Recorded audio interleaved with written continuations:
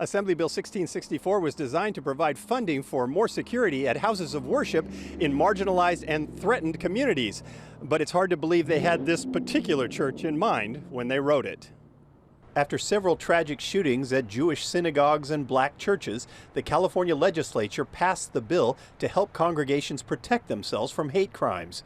But when Jason Newman found out that $400,000 was being given to Victory Outreach Church in Santa Rosa, he was outraged. I mean, I just couldn't believe it. It said literally to protect them from hate crimes. And I'm like, how can these people be the agitators and the victims at the same time?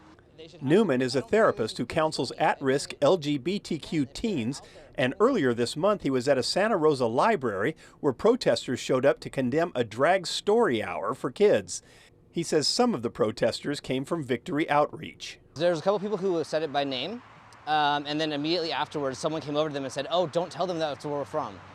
But during his Father's Day sermon, the church's pastor, Jose Guadarrama, asked the congregation to go to the library later that day. Some of us are going to be going. I invite every one of you if you want to come.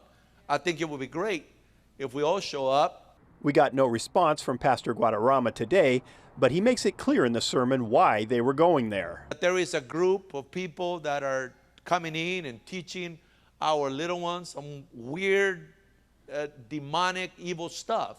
I said it. It's demonic. And they're zeroing in, they're focusing on the little ones. The pair of $200,000 grants are being given to construct security fencing around the church and its tented multi-purpose facility.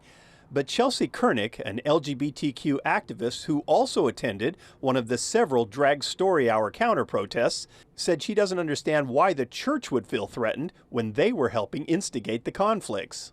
There were people at these protests from that church who identified themselves as being from that church, using slurs and being very in your face. This is not a church that I have any evidence has been persecuted for their faith or is under any kind of physical safety threat. I don't really know of